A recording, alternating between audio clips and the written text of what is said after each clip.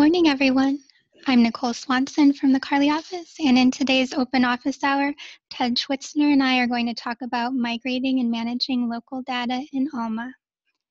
Within this hour, we'll recap and discuss how the network zone functions, migrating and managing local data from your main collections and NZ records, the need to further define local fields across the consortia, as well as discuss additional possibilities during migration for special collections. When choosing this picture, I was not only considering the recent weather change, but the topics of today and how local data are those resource descriptions which represent the unique Snowflake characteristics specific to your institution's copy, such as donor references, marginalia of scholarly importance, signed copies, etc. These descriptions would not be appropriate for other copies held by Carly members. And care can be taken during migration and afterwards to mark this data as local to preserve and continue the tradition of making copy-specific information available to your patrons, staff, and donors.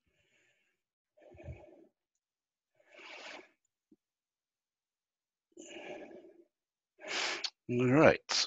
So this is a topic some of you may, or a slide some of you may have seen recently. We've shared it before, but this is an overview of how your library's metadata got into ALMA and how the data were connected to the network zone.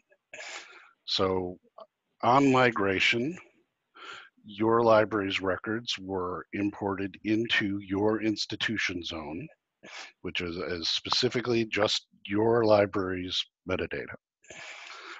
And these records were all loaded as they were found in Voyager, warts and all, and good things and all as well.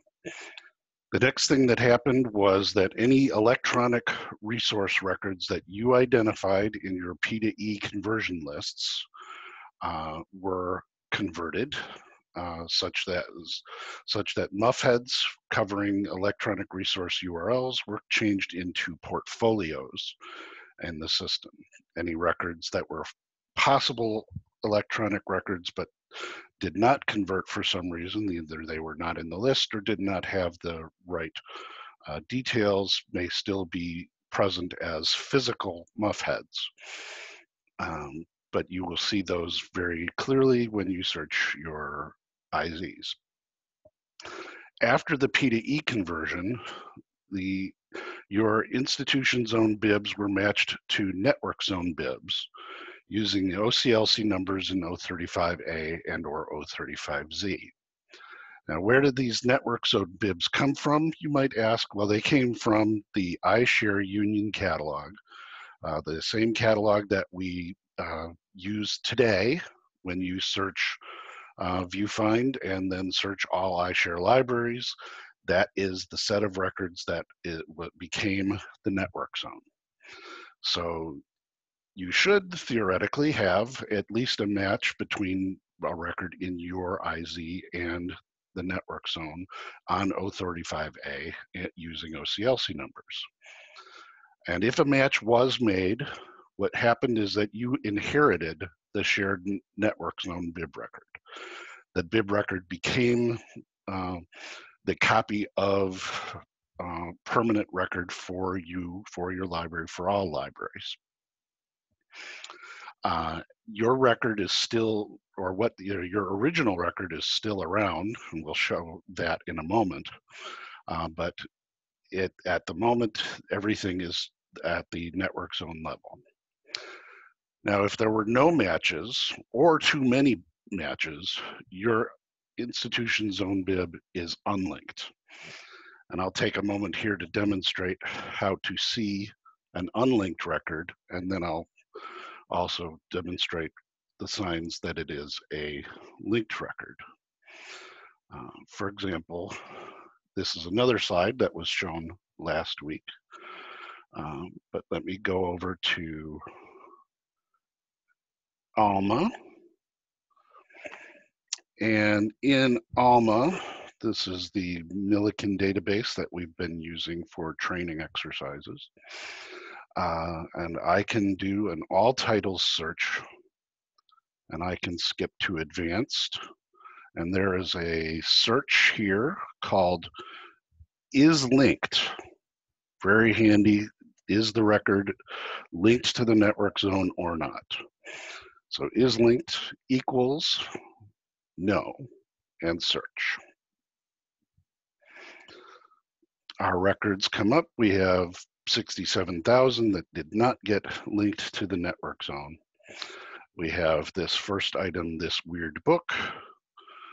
We also have a second item, For the Love of Books.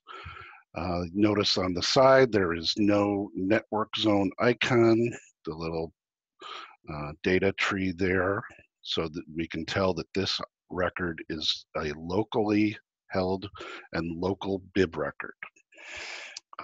Other clues here include the record number is listed as an OCLC number specifically. I can click on that little down arrow there and see all of the 035s that are listed on this bib. I can also go to look at the bib record, and I can see that this bib has an MMS ID of 994653192905864, and that's the same number that is here in the 001. So if these two numbers are the same, then this is a local bib record. Contrast that to our network zone example that we've shown before. If the MMS ID is different from the 001, as we have in this situation here, then you can see that this number is different than that. And this is a sign that this is a network zone record. Also, the originating system ID is from the iShare Union Catalog. That's the original record number that it had when it came over, instead of showing any of the 035s that are present down here.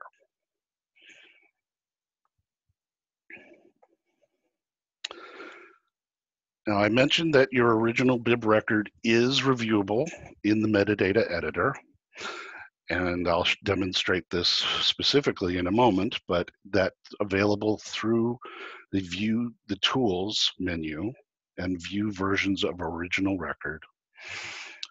And on the screen, you'll see on one side, once you do that, here's again the record ID, and the 5816, that says that's another cue that that's a network zone bib ID. And then another piece to keep in mind here is when you go to edit a bib record that is shared with the network zone, you are going to be editing the network zone bib. We'll come back to that concept in a little bit.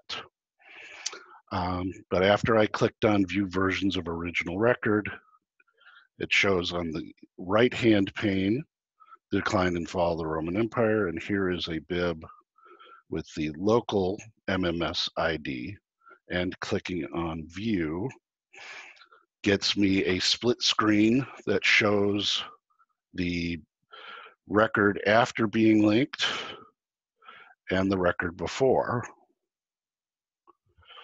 And you can use this to see the differences in the records. What did your record look like versus what did the record that you got from the network zone look like? And you can choose to simply make notes of the differences, or you can go into the right-hand pane and copy and paste, or note that, oh, the network zone bib doesn't have a 250, but with the First American edition in brackets, maybe we add that, maybe not. The network zone bib has copyright 1960 in the 260, where this is in brackets over here. The network zone bib has ISBD punctuation, whereas the previous version did not.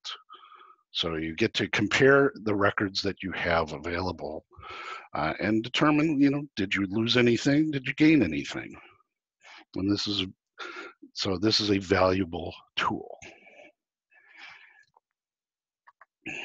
Let me go ahead and demonstrate that specifically.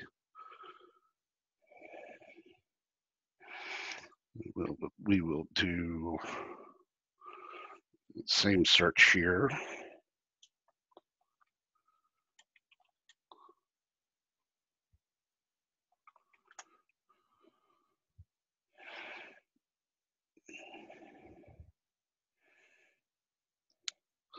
So here is our bib, and it is the network zone bib. If I click on edit to view it in the metadata editor, takes a moment or two to come up. I can go to tools, view versions of original record. The split screen appears. I click view. In this case, looks like the two bibs are almost identical. In fact, they pretty much seem to be identical. Looks like maybe, they were the same at some point.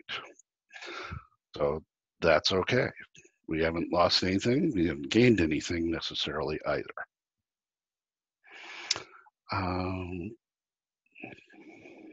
So that is the sort of reminder of linking to how linking was done between the IZ and the NZ, which gives us a chance to take a few questions before moving on. And I see that Blake Walter has asked, is the inverse true? If no match is found, does our bib become the network zone bib record? Not yet.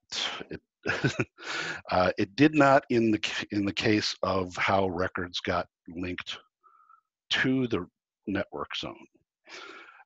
But after day one, when you do your cataloging, and will be, or at least this is theoretically when you do your cataloging, we'll be encouraging you to catalog to the network zone, so that when you save your record that you're importing and it doesn't already exist in the network zone, then your first record will become the network zone copy, and then others that add on to it will be adding their holdings linking to that, and then the network zone bib will be the one that gets edited over time. We'll talk a little bit more about how local bibs can become NZ records a little bit later on. And Nicole will discuss that further. Are there any other questions at the moment about network zone stuff? So Tammy Ludke at DePaul asks, are we able to overlay network zone records with fresher OCLC records, or just manually edit them? There are ways to overlay network zone records with fresher OCLC records. There are some questions that Carly's staff have about the way that works, that we might want to work on some guidelines for how and when that happens. But yes, it is possible to overlay records using import profiles.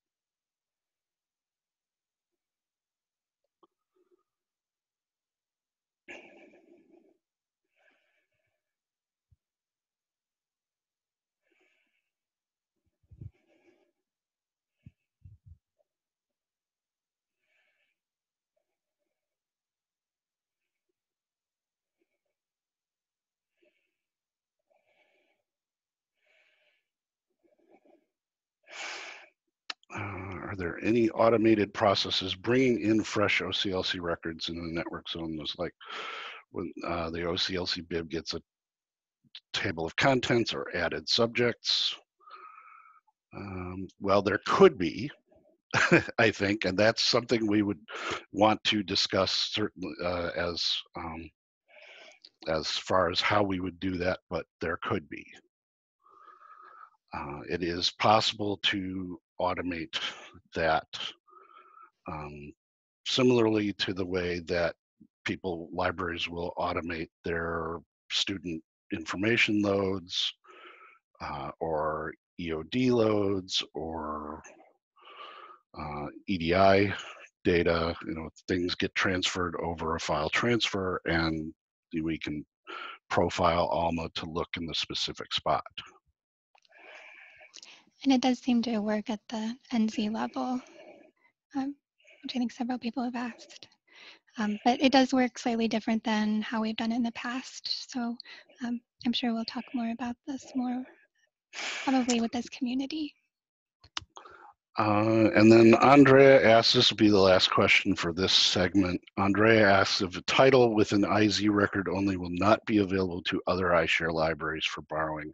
Is that correct? And here's sort of a surprising thing for us, but that would be, so far as we know, that is not correct, Andrea. What is the network zone is primarily a sharing space and a way to distribute records between all the IZs. But what's in the network zone is not what gets exported or promoted back up to Discovery. Primo VE will read records, will have all the records from every IZ.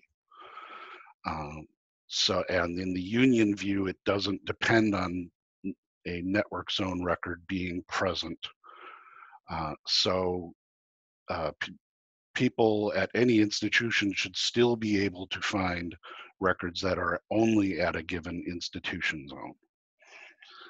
That's in something called the Primo VE union view. Whereas if you're looking in your own institution view, say you're looking at Southern Illinois Carbondale, and you might not see a record from Northern Illinois that is an institution zone only record. But generally you'll see what is promoted and unsuppressed. And I'm not I'm not using the perfect terminology on all of this either, so please don't quote me necessarily on the use of promoted or other terms like that. We need to move ahead at this point. We'll keep note of Sharon's question for later. So moving on, just to recap the network record relationships that exist. When there is a network zone record, this being the local record in two different IZs. When the network record takes over, the inventory basically points back up to the catalog record in the network zone. And they all use the shared record. And if there are any local extensions, any local notes in the bib record, those local extensions sort of split the difference between the local catalog record and the shared record. The local extensions still live in your institution zone. And Nicole is going to talk about that next. In the migration form your institution filled out for the test load, question 23 gave you the option to indicate which fields Ex Libris should mark as a local during the migration process. The local field options are limited to only the 09X, 59X, 69X, 77X, 78X, and the 95X through 999 ranges during migration. Note that Ex Libris uses the 900 to 949 range during migration, but we can utilize those fields after migration as local extensions as well. Based on your review of your test load data, you have the option to edit your response to question 23 to be more inclusive or more exclusive for the production load. But we can only select from this list of local fields. If you have local data in other fields, you have the opportunity between now and the final data extracts to move local data to fields that will migrate as local. And Carly can assist with batch changes to your data, if that would be helpful. Or if moving the data isn't appropriate due to the nature and volume of local content, there are other approaches for special collection type data, which we'll talk more about later. And Ted, could you progress the slide? Thank you. In the ALMA record view in MD Editor, an institution icon displays an ALMA as a visual indication that the field was marked as a local extension. In this first example, this institution indicated 590 as a local tag, and during migration, Ex Libris set the 590s as local extensions. They are now visible to the local institution viewing the record, but are not visible to other institutions linked to the same NZ record. The second example is an exception to that statement, and I believe this is due to how our NZ was built. Because this institution's record was the master bib in the iShare Union catalog, and the NZ was initially built from our iShare Union catalog bibs, the institution's view of this record displays both the 590 data that exists in the iShare Union catalog's master bib record, plus the 590 local extension that was set during migration. Looking at the same record from another institution's view, only the 590 currently in the NZ record displays, not the local extension. If another institution were to modify the NZ record in the future and remove the 590 statement, the originating library would still see their own local extension.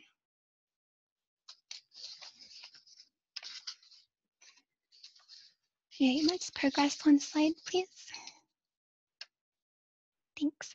This testing period is the perfect time to review your local data and identify if you cast your net wide enough to capture your local tags, identify if too much is being included as local, and identify if certain bibs require special treatment. In this first example, notice that local data exists in 590 fields in this linked NZ record, but the 590s were not set as local extensions during migration.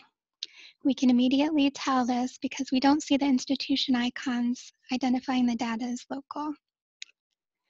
If another institution were to modify this NZ record and remove the 590s, this data would be lost from view at the originating institution as well. To protect this data, the institution would need to review and consider if adding the 590 is a benefit, and also if it's enough to protect all necessary local data. Does other data need to move to local fields to protect it for migration as well, or should the record have other special collection treatments? In the second example, an institution didn't have a chance to review their local data ahead of our test load. So they selected the full list of local extension options in their migration form. In one of their records, we're seeing the 780 marked as a local extension. The 780 tag represents a preceding entry, and in this case, the target item American Scholar supersedes the Phi Beta Kappa key. What I'm not clear about and what this institution will want to consider is, do their 780 fields truly contain local data? And similarly, in this third example, is the full 7x range truly local data, or was the net cast too broadly for the test load? And that's something they have an opportunity to decide before the final production load.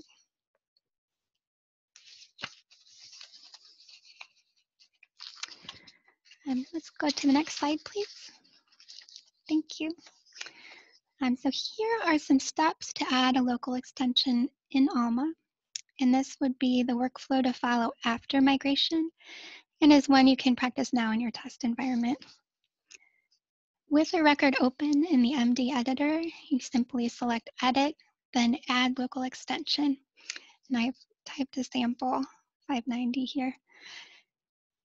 If batch edits to local extensions in NZ linked records are needed after migration, you can manage this using a MARC 21 bib normalization job. And this job makes changes such as adds, updates, or deletes to only the local fields and saves them to the IZ. So if data migrated that you didn't intend to be set as local, it can be removed later. You can read more about both of these workflows in Exlibris's document Network Managed Records in a Network Zone, which is linked here and will be shared with the recording.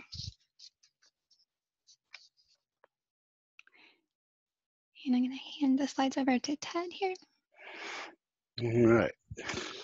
So when we launched the migration process, we recognized that we were going to need to help identify where libraries had local data stored. And some of that local data is not in any of the fields that you specified going in to the migration. So you may have fields that are local data that is in regular 500 fields or in 650s with a second indicator 4 or situations like that.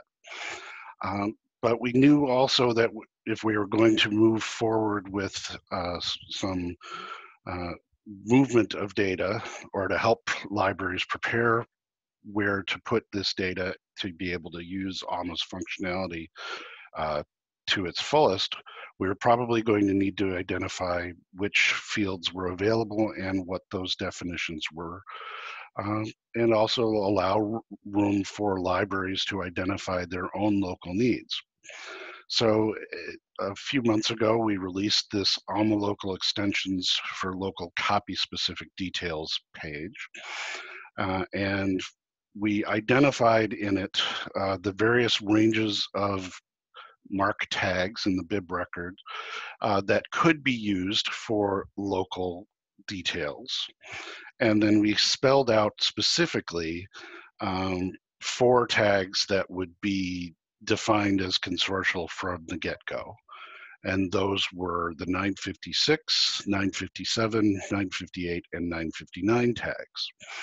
The 957, 8, and 9 tags specifically relate to migration-specific data to help answer questions that you filled out on the migration form, but also to keep track of data that was being migrated specifically for course reserves, bib IDs, and owning libraries for the institutions that use that concept in Voyager. As for the 959 specifically, many of you hopefully have spotted 959 starting to appear in your bib records in Voyager.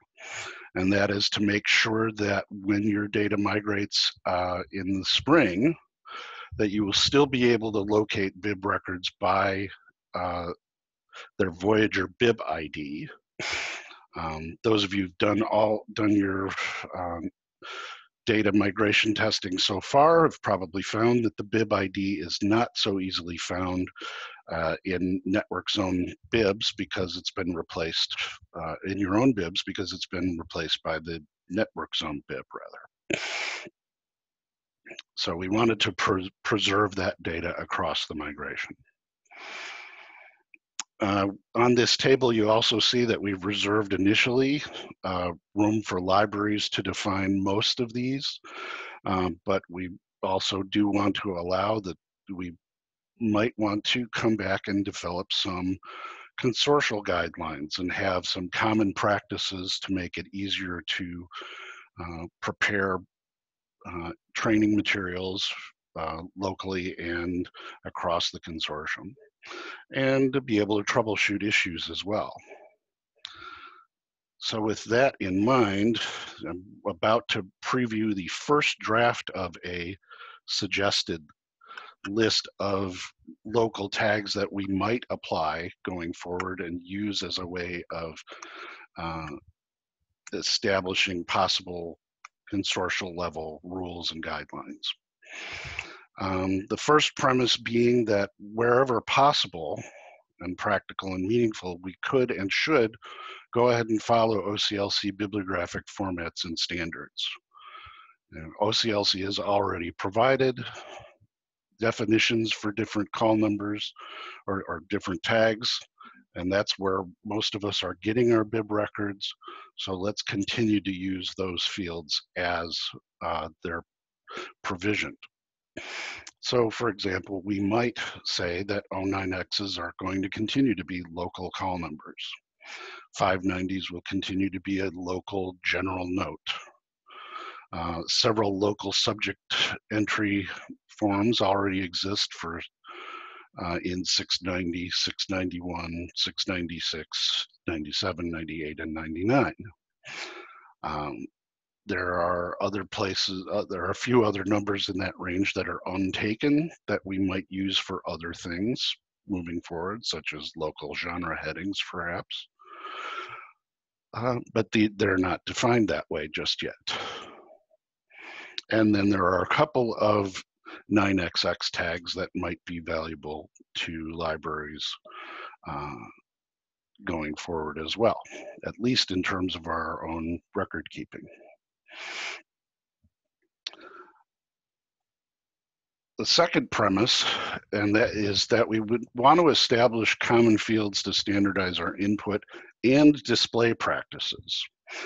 And display practices turns out to be important because we do need to consider how to keep Primo VE record displays consistent and predictable between the union view and institutions view.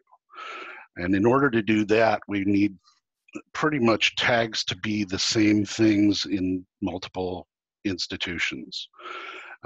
It would be somewhat chaotic if the 950 field had a definition of a local note in one place, but a specific subject heading in a specific type of subject heading in another institution.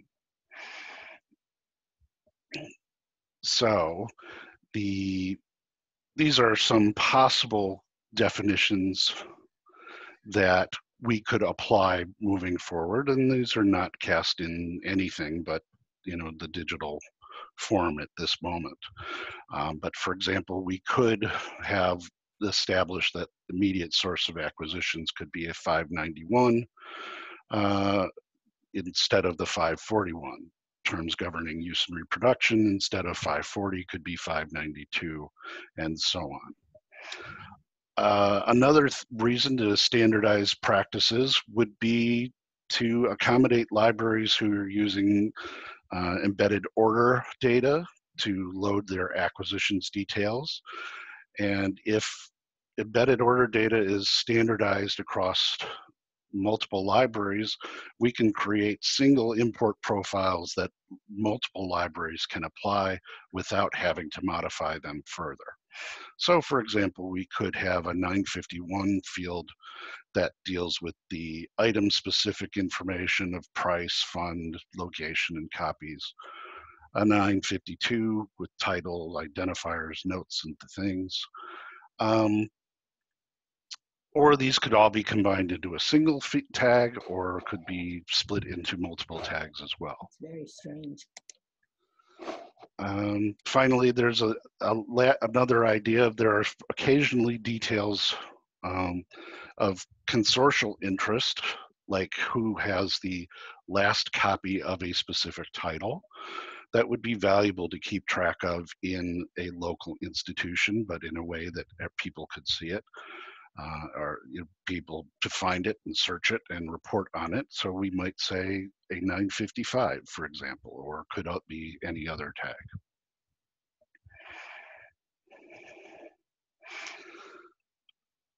We are going to, looking ahead, we're going to look for a group of people from the community to help us define what these should be and how to implement them. We'll talk about that again in a few minutes, but at the moment we'll go ahead and take a few more questions.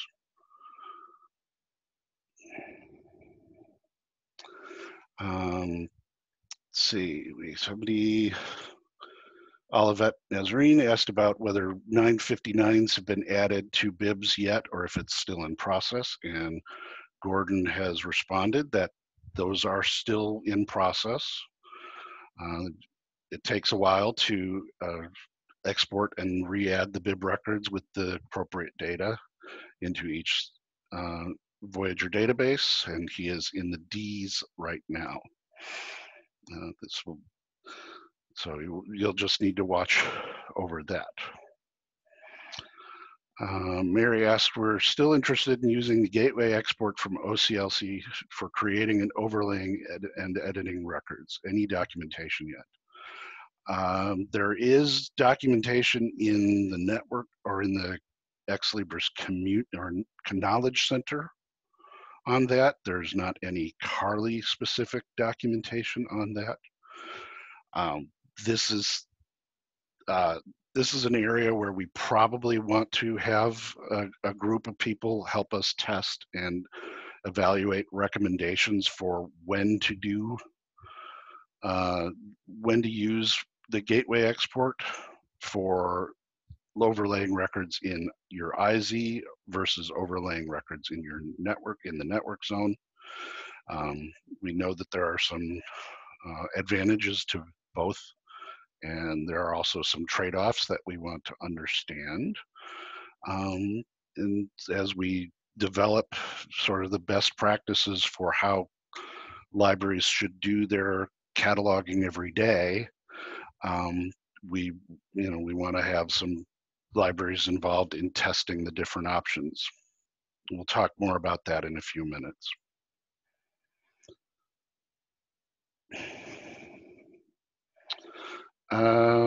Tammy Ludke asks, Voyager 9 required EOD to be in a single field for the overlay and creation of items to work properly. Does having EOD data in multiple fields work for ALMA EOD import? Well, are you asking about the item creation when you're replacing an order record that was already added with EOD? Okay. I think the best answer for that question right now is I don't know.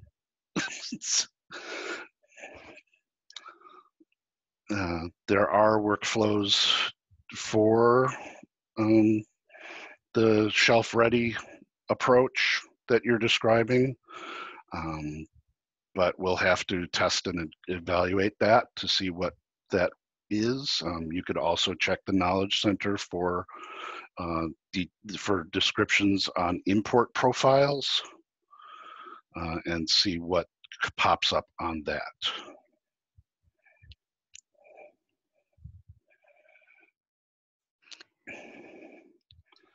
Michael had a question. Is there advantages of putting information in BIB's local extensions versus the MUF head? Maybe for display in Primo VE easier if info in BIB's access points. I think we need to test this more, and it'll be helpful when we have the Primo environments to test with. I know we have some Ex Libris staff on the call. I don't know if they have anything they want to add as well.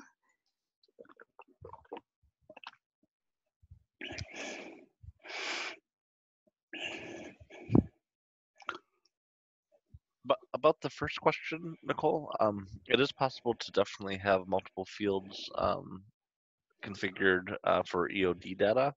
But about information about local extensions versus placing things in a holding record, I don't have a specific recommendation, but I would say that it would be a thing that we'd be able to start testing very soon once we start working with Primo. Thank you, Ben. So Joliet Junior College asks, we appear to have a lot of bibs that didn't link to network zone records and likely should have. Is Carly going to have some sort of process or best practice to help us figure out why these records didn't link and or how to fix the issue? Short answer is yes. Also, part of the short answer is you do already have some of that information in the migration reports that were sent to you in Box. For example, there is a multi-match report. It's that will identify records where a bib in your Voyager data matched against multiple bibs in the network zone. Likely that's because there could be duplicate records in the network zone occasionally. There could also be records that have the OCLC number in 035A, but also records where the OCLC number is in another record's 035Z, which, when we're looking at records in Voyager and WorldCat, that's the data that you would find in an 019. Basically, your bib matched the current version of the WorldCat record and the previous version. Your record might have been the previous version and it didn't match that way. Reasons why records didn't link that aren't multi-matches depends on whether your bibs have OCLC numbers or the bibs that are in the network zone had OCLC numbers. If neither had an OCLC number, that could be the case. If your bibs were UC suppressed and thus they were never in the Voyager, in the iShare Union catalog, then they won't have made it to the network zone at all because there was no bib in the Union catalog in the first place. We've got about 6 or 7 reasons why those didn't link. And once we get through, the current rollout of institution zones to libraries, we hope to be able to start working on processes to help identify why things didn't link, and then identify options for fixing it. Some of the options may involve cleaning up your data in Voyager, and in some cases it may be easier to do relinking or updating in Alma afterwards.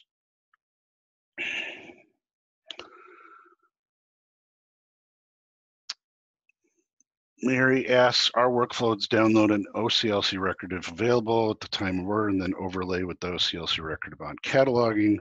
Also set our holdings ourselves at the time of cataloging. As I understand it, this is still possible. Yes, of course, this is definitely still possible.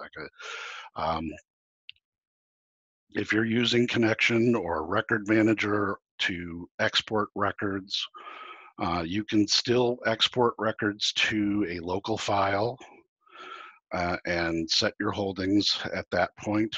You can also use the OCLC gateway export and save records and set your holdings when you do so.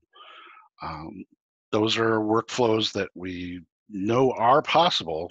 We need to do some testing and see whether what are the impacts, what are the effects of doing things one way or another. It's important to know that we'll have, we have to evaluate how does it work in the institution zone versus how does it work when cataloging to the network zone. Eileen Karsten, Lake Forest asked, 79X is missing from the list. Can we use 79X fields? 79X, as Nicole mentioned, is not on the list of available fields as local extensions during migration. We are thinking we will start developing some recommendations for enhancements to ALMA because 79X does appear to be an area where we know we have a lot of data in 79Xs in a lot of databases and wouldn't want to lose that information. So that's something to come.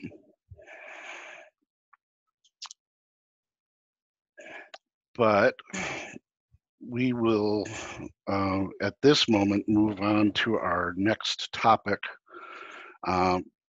related to local fields, and that is what can we do for libraries with special collections where the amount of local data and local detail in the bib record is far above what people are copy cataloging for standard collections. And I'll hand it back to Nicole.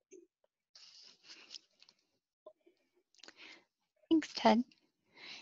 In discussing options for special collections with our Ex Libris team, one suggestion that was shared was setting cataloging levels on special collection records high when they are master records in the NZ. And this can be accomplished in batch by creating a set of records in ALMA and running the job set bib records cataloging level, and it can also be set manually. Let me recap cataloging permission levels to better understand this benefit. Ted has distributed the following cataloging permission levels that are represented in this chart, and they've been distributed from the NZ to your IZs. And note that there's a high level setting of 70 available for special formats and special collections. That is a higher level than even cataloging supervisor. Let's go to the next slide, please. Thank you. Your institution's ALMA user administrator sets cataloging permission levels for your catalogers using this chart when managing user accounts. Cataloging levels are also assigned to records in the ND editor, and this is the setting that would be changed with the batch job set bib records cataloging level, or if it's changed manually. The advantage of this process is if a user's cataloging permission level is lower than the cataloging level assigned to the record, the bib record becomes view only, except for the cataloger's ability to add or remove local fields visible to their institution. So it adds an extra level of protection for the records. Let's talk about another option. Let's go to the next slide, thanks. The Primo Discovery Network is inclusive of all shared records. Like Ted was mentioning, this includes all records linked to the NZ and those which are unlinked, but in the IZ unsuppressed. If your special collection content is significantly customized with local data to the point where setting local extensions and moving data to local fields, such as the steps recommended for general collections, will not be nearly enough to protect your data, it is possible to unlink the records from the NZ. When considering this option, you'll want to identify what percentage of your collection may represent these specialized records. For most libraries, this percentage will be low. When that's the case, unlinking the records from the NZ after migration, then importing the original Voyager records, matching on bib IDs with the help of normalization rules, and overlaying the unlinked records in the IZ is the best workflow for these special collection cases. Collections like Newberry, who expect the vast majority of their records will need to be unlinked, can request their full collection be unlinked from the NZ during migration, and can run a job to relink sets of records to the NZ after migration. These processes are complex, unlinking in particular, and we'd like to have a few pilot libraries willing to test unlinking and relinking with us, as well as setting high cataloging levels. So if your library is interested, please email us at support and let us know, and we'll get back with you about that. Okay, and I'm going to hand this back over to Ted.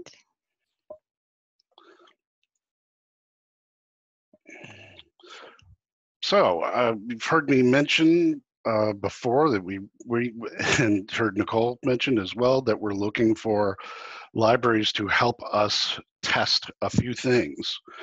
But more than that, we recognize that there's a need to have more voices in the mix than just ours inside the Carly office as we move forward with some of these concepts for day one.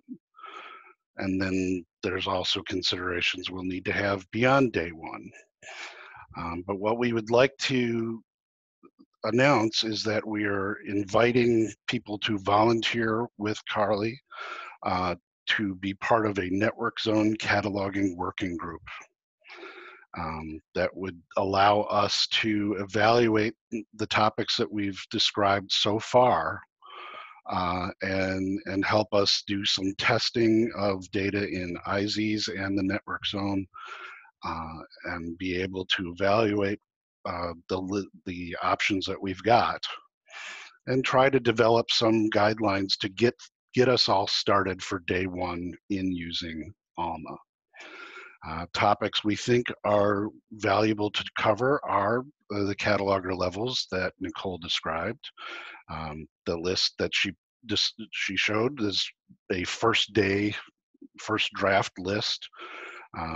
Ex Libris folks tell us that those levels do get evaluated over time in other consortia, and we should be no different, but we should see what the levels are that are appropriate for our libraries, as well as what best practices elsewhere might be. We've talked about evaluating local extensions. What should we standardize? What should we leave available for local institutions to customize to their needs? Evaluating special collections and unique data, the import profiles, and methods that Nicole just described, and how and when we should update the shared network zone bib record. And that applies more to the doing it in bulk with import than it does to the day-to-day editing, because I think you probably got over the course of this session that, as we mentioned before, when you're editing, when you see the shared bib record, that is what you will be editing. And the cataloger levels and local extensions all play a part in what you do to that shared bib record. And what our guidelines should be for updating bibs, who does it, when do they do it in bulk, details like updating records from OCLC's record update service. Obviously it would not be necessary for all 91 libraries to do that, but what would be the best way to do that, and how do we protect your data if it's not yet in local extensions? We need some guidelines, practices, recommendations on all of that. So by opening this call, we're letting you know you can volunteer with us by contacting support. Let's know your name and institution, the type of cataloging you do, and this is a working group. We expect to do things weekly, if not multiple times a week, between the start of December and the end of January. So please be able to commit to the work and be ready to participate. We may also use any volunteers to help us test things specifically without necessarily being part of the working group. But whoever volunteers, we will hopefully find an appropriate task for you to help us with. Also, bear in mind, this is not the only opportunity we expect to have for volunteering to help with the rollout of ALMA. There will be other opportunities. This is the one that's the most pressing for us at the moment. So with that, we still have 5 minutes for additional questions that people want to ask. You can put them in chat or open your mic and let us know. Okay, so Blake had a question. As a religion theology library, I'm concerned about the loss of subject analysis and enhancement throughout our Voyager database. Default subject assignments, even on DLC records, is frequently inadequate and occasionally incorrect. So I regularly add significant subject headings to our local records. Is there a way to recover the enhanced subjects from our local records short of retyping them all by hand?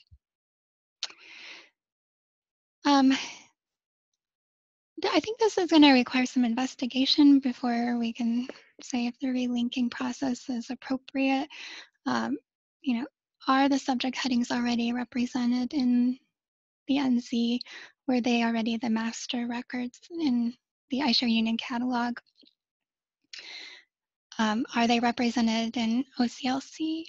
And could they be updated through the OCLC update process? Are those subject headings and fields that can be migrated over as local extensions?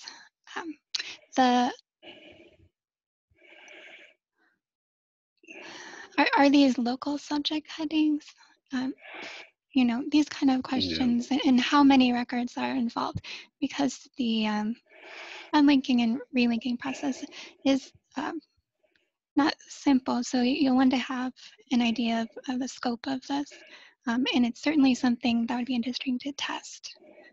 So if you're interested in being a testing partner, that might be great. I think it's important. So we've spent most of our time talking about local details, but you know, I think it's valuable to go back to our cooperative cataloging principles and recognize that when there is data that should be applied to the master record, that data that will enhance the findability of a record for everyone, not just your own library. We should think about ways to enhance that network zone bib and or contribute the content that you're adding to the WorldCat record so that people who don't have it can get it that way, or it's certainly in the network environment that every library will benefit from those headings, so that if they're not just local terms, you would want to not treat them as local. You would want to treat them as things that belong as part of everybody's record.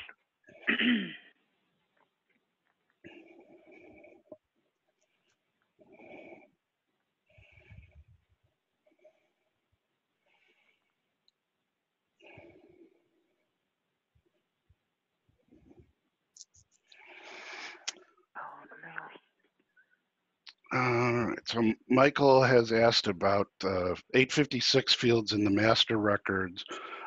This will be something I think we will be also lumping in with the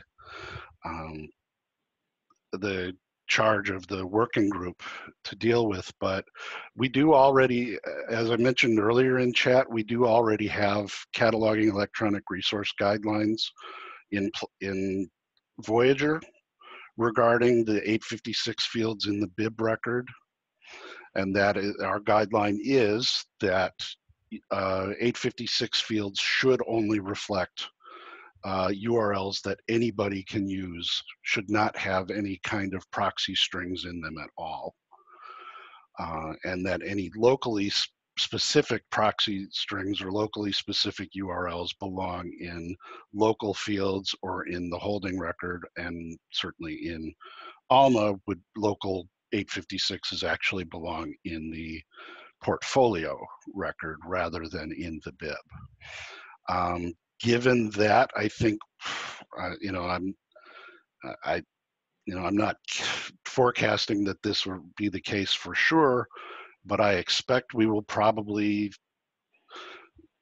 recommend that the bib 856 not display in Primo VE.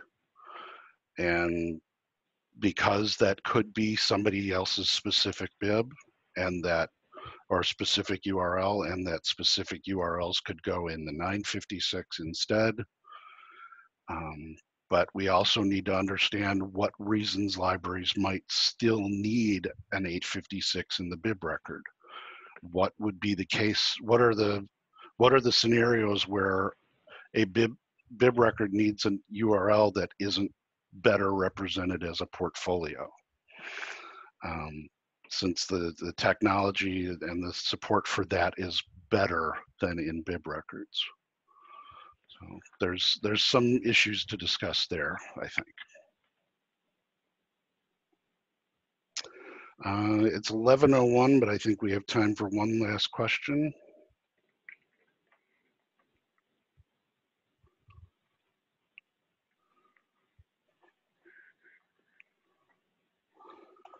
And if there's nothing else, then thank you for joining us today. Our weekly office hours call will still be Thursday at 2 o'clock. And you can always contact Carly with questions at our support address. Thanks for joining us. And the recording from today will be made available on our Alma Primo website. Thank you.